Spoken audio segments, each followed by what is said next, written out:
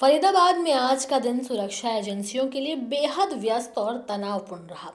दिल्ली धमाकों की जांच का दायरा बढ़ने के साथ ही फरीदाबाद और गुरुग्राम तक पुलिस और खुफिया विभागों की कार्रवाई ने पूरे क्षेत्र में हलचल मचा दी है। मस्जिदों की चेकिंग, कॉलोनियों में सर्च ऑपरेशन और जम्मू कश्मीर से जुड़े लोगों की गहन पड़ताल के बीच जांच हर पल नए खुलासे कर रही है। इतना ही नहीं, फरीदाबाद की अल-फलाह यूनिवर्सिटी अब जांच का प्रमुख केंद्र बन चुकी है, जहां से अब तक कई डॉक्टरों और कर्मचारियों को हिरासत में लिया जा चुका है। क्या कुछ नया अपडेट सामने आया है इस केस में? चलिए सिलसिलेवार तरीके से समझते हैं। सुबह से ही फरीदाबाद पुलिस ने शहर के अलग अलग मस्जिदों में अचानक सर्च अभियान शुरू किया। पुलिस टीमों ने इमामों का वेरिफिकेशन किया और मस्जिदों में पढ़ने आने वाले बच्चों से भी बातचीत की।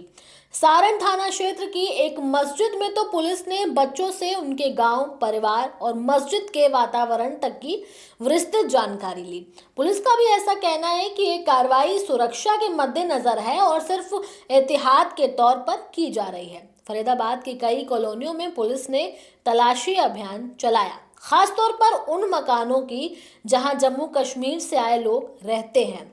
स्थानीय लोगों को संदिग्ध गतिविधियों की जानकारी देने के लिए जागरूक भी किया गया है। कई घरों में पुलिस ने सामान की तलाशी ली और निवासियों की पहचान सत्यापित की।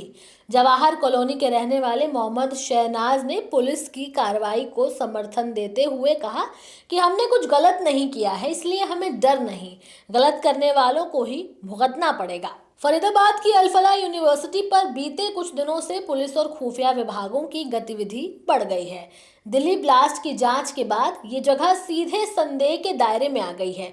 सबसे ताज़ा कार्रवाई में दिल्ली पुलिस ने एक MBBS छात्र जनिसर आलम को पश्चिम बंगाल के उत्तर दिनाजपुर के दलखोला से हिरासत में लिया है। उसके आतंकी संगठनों से संबंध होने की भी गंभीर आरोप है। इस गिरफ्तारी के बाद यूनिवर्सिटी में दहशत का माहौल बन चुका है।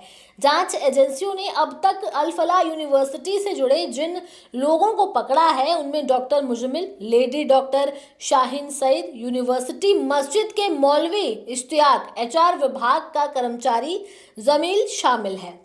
इनकी गिरफ्तारी के बाद लगभग 15 डॉक्टर यूनिवर्सिटी से गायब हो गए हैं, उनके फोन बंद आ रहे हैं और ऐसा कहा भी जा रहा है कि वो सभी डॉक्टर मुजम्मिल के संपर्क में थे। यूनिवर्सिटी के स्टाफ का भी ऐसा कहना है कि माहौल अत्यधिक तनावपूर्ण है, जिससे बच्चे और कर्मचारी यूनिवर्सिटी आने से डर रहे हैं। यूनिवर्सिटी में शुक्रवार को रेवेन्यू विभाग और DTP विभाग की संयुक्त टीम ने भी दस्तावेजों की जांच पड़ताल की। इससे शक और गहरा हो गया है कि यूनिवर्सिटी में कई स्तरों पर गड़बड़ियां हो सकती हैं। अब जांच में मिला एक नया खुलासा पुलिस को और सतर्क कर गया। सूत्रों के अनुसार डॉक्टर उमर नबी, जो दिल्ली ब्लास्ट का आरोपी है, घटना से पहले नूंह जिले के फिरोजपुर झिरका स्थित HDFC बैंक ATM पर नकदी निकालने की कोशिश कर रहा था। ATM बंद था, जिसके बाद उसने गार्ड को लालच देकर ATM खुलवाना चाहा। हालांकि वो पैसे निकालने में सफल नहीं हो पाया और दिल्ली मुंबई एक्सप्रेसवे से फरार हो गया।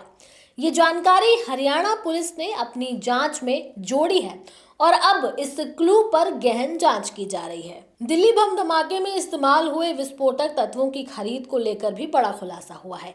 डॉक्टर मुजम्मिल, डॉक्टर उमर और उनके साथियों ने अमोनियम नाइट्रेट गुरुग्राम के सोहना के खाद बीज भंडारों से खरीदा था। जांच के बाद 2 व्यापारी, लक्ष्मी बीज भंडार और मदान बीज भंडार के संचालकों को भी हिरासत में लिया गया है। इसके बाद सोहना की कई खाद बीज दुकानें बंद हो गई हैं और व्यापारियों में भारी दहशत है।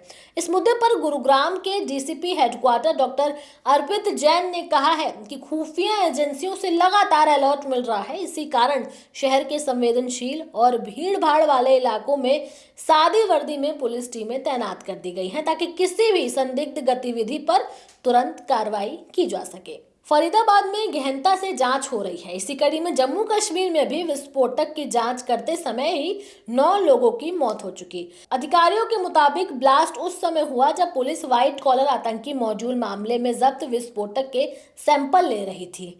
फरीदाबाद से लेकर गुरुग्राम और जम्मू कश्मीर तक लगातार हो रही गिरफ्तारियां फरार डॉक्टरों का नेटवर्क, खाद बीज से विस्फोटक खरीद, मस्जिदों की चेकिंग और यूनिवर्सिटी की संदिग्ध गतिविधियों ने जांच को बेहद गंभीर बना दिया है। जांच एजेंसियों का भी ऐसा कहना है कि हर घंटे नए सुराग हाथ लग रहे हैं और आने वाले दिनों में और भी बड़े खुलासे संभव है। फिलहाल सुरक्षा एजेंसियां पूरी तरह से अलर्ट मोड पर हैं और जनता से सहयोग की अपील की जा रही है। अब देखना ये खास होगा कि आने वाले वक्त में किस राज से पर्दा उठेगा और किस तरह के और नए खुलासे किए जाएंगे। बहरहाल इस खबर में इतना ही। ये खबर आप लोगों को कैसी लगी, आप अपनी राय हमें कमेंट सेक्शन में ज़रूर दें। इसके साथ ही हमारे चैनल न्यूज़ टाइम को सब्सक्राइब करें, लाइक करें, शेयर करना ना भूलें। नमस्कार।